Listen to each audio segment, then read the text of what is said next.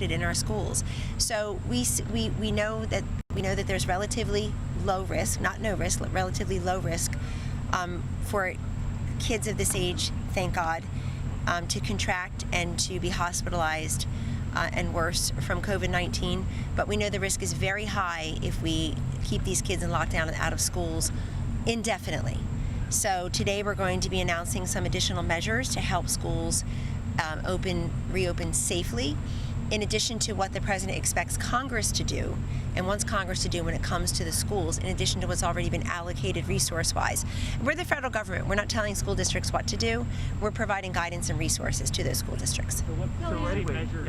What kind of advice? Well, you'll wait for the announcement. I hope you'll be there, and we'll be putting out a fact sheet as well. And I will talk about it. I'm doing a surrogates call, I think, right now about it, and some additional local media across the country.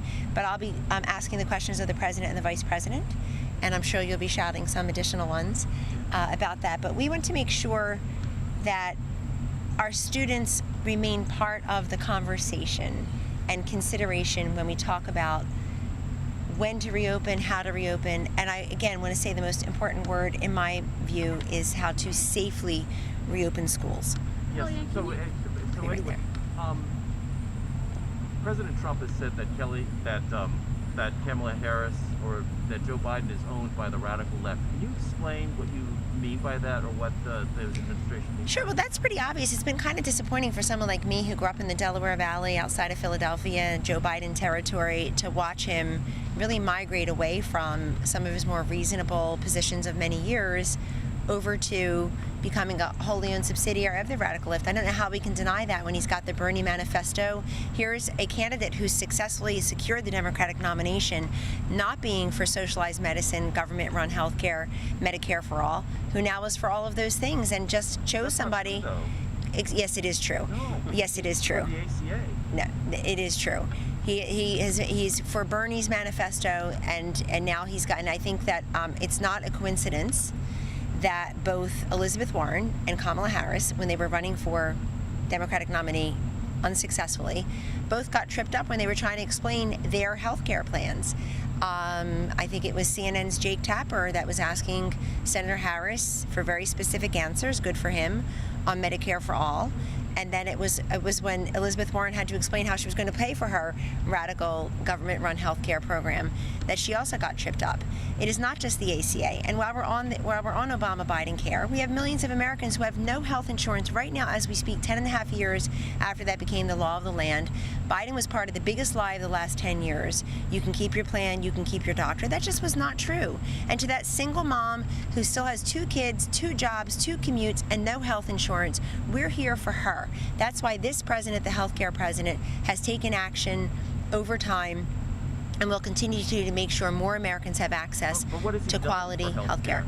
Oh, you saw the whole list last week. You may have been in the briefing room. I'm sure you were watching. If you weren't, I'm happy to send you the piece of paper. Associated health plans, healthcare reimbursement arrangements, surprise medical billing, price transparency. We've also stabilized a lot of the Obama-Biden exchanges, which were bleeding insurers. Also, look what he's done under COVID-19. We took the first steps as a federal government to say free testing and free coverage completely for the uninsured if they have COVID illness and they're hospitalized. We have reimbursed our hospitals over $175 billion and counting. We are developing therapeutics and vaccines at a breakneck record pace. We have also been working with the private labs, commercial labs, public labs to ramp up testing. We're close to 65 million tests. This is all healthcare to people. And you know what healthcare is to Americans? It's not one more argument about health insurance. It's preventing and curing diseases and improving health outcomes. And this president has been working on that from day one.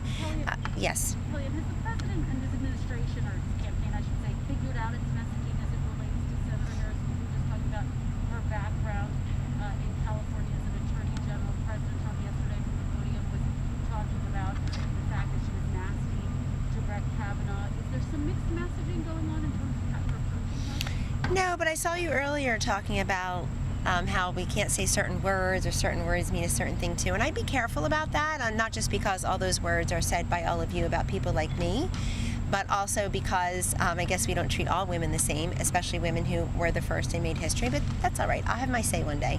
But until then, and while I'm working here and not on the campaign, I will say a couple things. Number one is that I think that this country, we can do two things, and I'm going to do two things right now. As the campaign manager in 2016, the first woman to ever run a Republican presidential campaign, and the first woman ever to successfully manage a presidential campaign. And I'm also going to say as counselor to the president here, I think we can stand up and take a moment to applaud when history is made, and then take a moment to say why somebody who seems forward-looking would actually bring us backwards as a nation through her record and her policies and her beliefs. But she's part of a ticket that has that problem. Senator Harris cannot cure the flaws and the inadequacies at the top of the ticket. She can't do that. And I'd imagine that she is going to receive advice on how to go out there and run through the tape and campaign hard, but don't overshadow Vice President Biden, which is so easy to do. He's overshadowed basically by almost everyone he comes in contact with. I gave him credit for doing something Hillary Clinton didn't do. Hillary Clinton picked one of the 5 people in the country who could not overshadow her. There weren't that many. She picked Tim Kaine, and people are struggling even this week to remember who she had chosen as her running mate. So I think that digging into somebody's record is always relevant. And in the case of Senator Harris, the job that she has held in public service the longest was Attorney General of California. And it just seems to me, reading the facts, Kristen, that she made nobody happy. On the one hand, you have the criminal justice crowd saying, gee, you locked up over 1,500 people for marijuana charges and you weren't part of criminal justice reform. I know here in this White House, we couldn't even get a meeting with her or a phone call when we were trying to pass the First Step Act. And then, of course, you have other people saying you've been soft on crime. Where is she on the big issue of defunding the police, which the Gallup poll last week said 86% of Americans want the same or more police presence in their communities. That included 81% of African Americans, 83% of Hispanic Americans. That's an important question for her. Is she with the 10% or is she with the 80%? Kellyane, on that point, though, She was very unhelpful to us on it. does it make it hard then to paint her and try to say that she's with, as the president said, with the radical left? No. She's very much part of the radical left, Kristen. She is for the Green New Deal. She is for government-run health care. She is for abortion in the 9th month. And if she's not, I want her to say that today. Because the Democratic Party platform basically is abortion anyone, anytime, anywhere, no restrictions, no regulations, even though we know, and I can introduce you to them, they've been in the White House. People who have survived abortions, we know people who survive outside of the womb at 22, 23, 24 weeks and go on to have great lives, God bless them. So if she's not for late-term abortion, if she's not for sex selection abortion, if she's changed her mind on voting against abortions after the 20th week because she voted against that as a United States Senator, I'm open to hearing that. She's radical But on her law enforcement on everything. She's Does that make it? That's the follow-on Christine's question, though, is she radical left, or is she someone who the left of the Democratic Party would be unhappy with? It sounds like you're saying both. both. I said she left nobody happy when it came to law and order, which is the #1 job she had.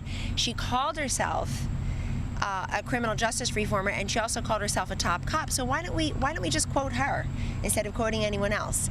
And I hope you'll do that, because folks, it's very disheartening to watch, and I think some of them should recuse themselves. People excited about what jacket she's going to buy and just giggling, some girl time in a dressing room. It's like, can you imagine, honestly, can you imagine you've got people who are in the media who are part of her fundraisers.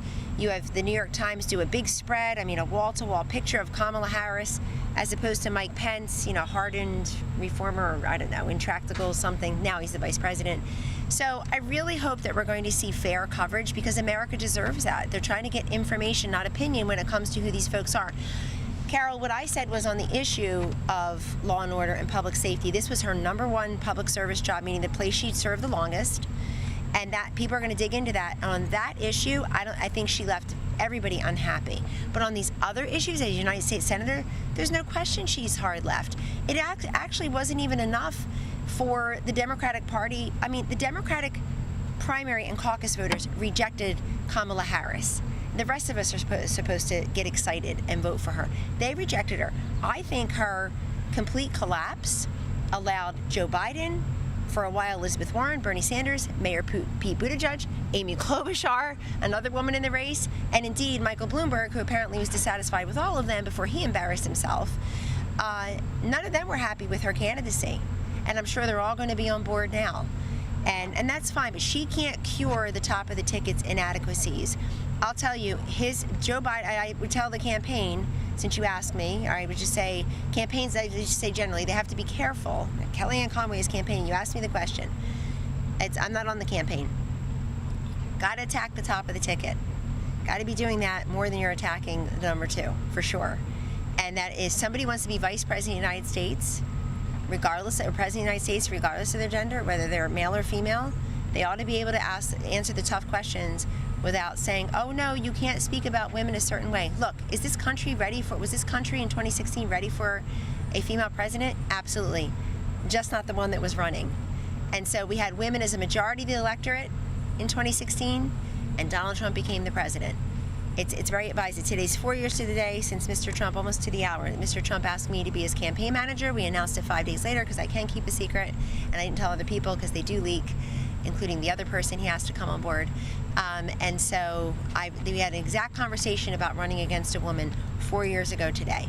Kellyane, Just to Joe, put and a then finer point on please. it, ask the question one more way. Doesn't that record of being a prosecutor, being the former Attorney General of California, sort of undercut the Trump argument that the Biden presidency campaign is going to be soft on crime? No, she's very soft on crime. She just said she made joyful noises recently about the reductions in the police budget that LA is making. And I guess the best question for her, Joe, and I hope you guys will ask it, is instead of saying, do you look nice in this jacket, how embarrassing, and by the way, how sexist. You got to get back to your colleagues over there, by the way. I guess the best question for Kamala Harris is, do you support defunding the police? Joe Biden has said he doesn't. Does she support that? And I noticed overnight some people are very disappointed in Vice President Biden's pick because they say she's not somebody who matches this moment where they want to defund the police, where they're more Bill de Blasio, who also lost in the primary. I'd even forgotten about his run in the primary. So she's in a tough position on law and order and public safety because you're saying she was a prosecutor. She called herself the top cop. She put people away for marijuana use, and then she let go people, gave plea deals to defendants who had done far worse than marijuana use. She is going to be expected to answer for that record. And that is the basic, I think, cost of admission for anybody who's a reporter to be asking the Biden-Harris campaign. I also wonder, I always thought that she was the safest, most obvious, unsurprising pick for Joe Biden. So that didn't surprise. But when I was reading yesterday before he announced, I thought, well, maybe I was telling Tom, maybe he won't pick Senator Harris because they already staffed her up, whoever the nominee is, and we knew it had to be a woman. He had said that early on. Hi, John. I'm like, why are they choosing staff for Senator Harris? She already has staff. She's already comfortable with people. But I also read in some places she ran, a troubled, leaky campaign. Maybe they're worried about that. And she ran an unsuccessful campaign. She pulled out before a single vote was cast. Folks, in the Democratic primary and caucus, the Democratic primary and caucus voters weren't going for Kamala Harris. So I think there's a lot of work to do to get the rest of America to support independents, quote, never Trump Republicans, whatever that means these days, other than making a lot of money and getting a lot of blue check marks in the media to cover every jot and tittle, every scintillating nonsense thing. So sure, I mean, how are they going to get a lot of the voters who are undecided when she's going to be asked to answer, are you the top cop or are you the criminal justice reformer? I think it's an important question. I can quote Senator Harris on that. Kellyanne, do you think A new one, and then I'll come back. Yeah, On right. the coronavirus, you mentioned the president would be calling on Congress to take some actions. Do you think Congress needs to pass another bill? And what would you like to see in it as far as? Sure, we've made very clear what needs to be in it. We were hoping they would give that 1 week extension 2 weeks ago. They failed to do that, so the president took executive action. We want school choice now passed. I actually want to go bigger and bolder. I think the money should follow the student. That money there is there for the student, is not for the big black hole of government so they can just run it, put it into whatever fund they want or pay whatever bill they have. It is per student. That's why we pay our taxes, so that the student benefits. And if these parents can find a school that is opening, that they feel their child will be safe, it's safely reopening, that their child can get a good education, then the parents should have every right to use that money that is there for their child. So pure school choice, we've never had a better chance to get that done. I have no idea why Democrats, including Biden and Harris, are against that, helping school students. I have no idea why they're standing in the door, not allowing kids out of failing schools and into better schools. I have no idea why they voted against DC Opportunity Scholarships. Another great question for them, another radical position to not allow these kids in schools in these kids in Washington, D.C., where we stand, where I live and work, to not have a better opportunity for their parents to not have a greater say as to where they go to school and what is taught there than a bunch of senators kowtowing to the teachers' unions. We love teachers. They love the teachers' unions. And so we want that. We want economic relief. We want to make sure small businesses and aspiring small businesses can continue to survive and thrive. We want to make, and this is why the president took executive action. He said, if you're looking at your rent bill, I want to make sure you're not evicted. If you're looking at your student loan payment, I want to make sure that you don't have to worry about that for the rest of the year, for the rest of 2020.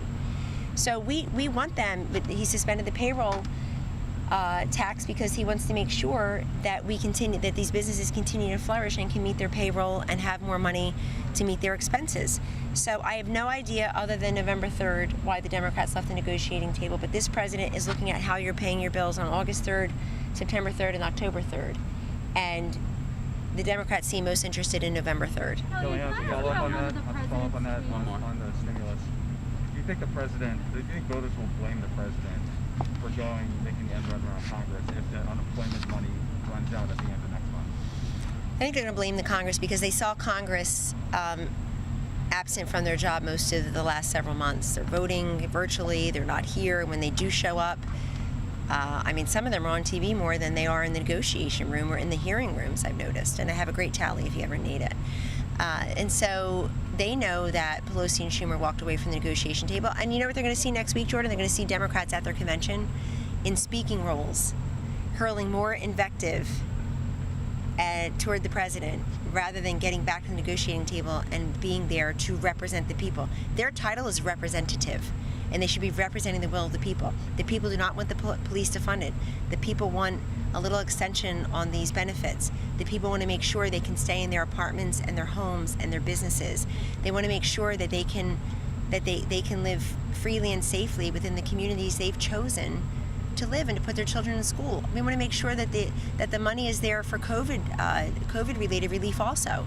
So I was very heartened and came out here and told you such when we had overwhelming bipartisan, almost unanimous support for the CARES Act, because that brought immediate relief, and it showed that people really can work together very quickly. But as we creep towards the electoral calendar, you know, the absentee ballots go out from North Carolina September 4th. That's what, 3 weeks from now, barely. Then I notice people are hissy-fitting and hemming and hawing away from the negotiation table. No, I believe that the voters will blame Congress because they see the president working every single day, not from his basement, from the briefing room. We'll be in the state dining room today for our schools event, from the cabinet room, from the Oval Office. We haven't stopped working all through the pandemic. We've been here, I guess the president and vice president are the two most essential workers. And they're noticing that Congress has not exercised action or leadership. Is there an urgency that there may be 20 million people that are going to be homeless next month within the administration? I don't know where you get that statistic, so I'd have to look at that. But this president took executive action over the weekend because Congress failed to protect those who might be evicted. And we want people, and we're also very happy to see that people are renegotiating their mortgages. They're buying homes that they feel they can do right now. They're buying cars and used cars. You know, there are many people who are also making new life changes, outfitting their homes as their offices now or places of learning for their kids. So we'll continue to work on that. These battleships turn very slowly, but we feel like we're heading in the right direction. But we need Congress to act. And when they don't act on things, we have no choice but to take executive action. Kellyanne, Last one. Explain what the president meant thank when you, he talked Kellyanne. about suburban housewives. In Minsk right now, you're seeing the president putting down supporters of his opponent in the late presidential election with considerable violence. Two members of the Open Russia group have disappeared, Open Russia says. Is the president following the situation in Belarus And does the White House have a statement about He it? is indeed following the situation in Belarus. I think you should ask him that question. There's some open press events later today, but obviously I personally was very excited, went over there when the wall came down, when Eastern Europe was attempting to democratize and learn more about Western techniques for our democracy, but also our electioneering. I personally went there a few times to help with that. And so we don't want violence, and we want peaceful elections everywhere around the world. Obviously, and this president, I think he will answer that question if you ask him that question.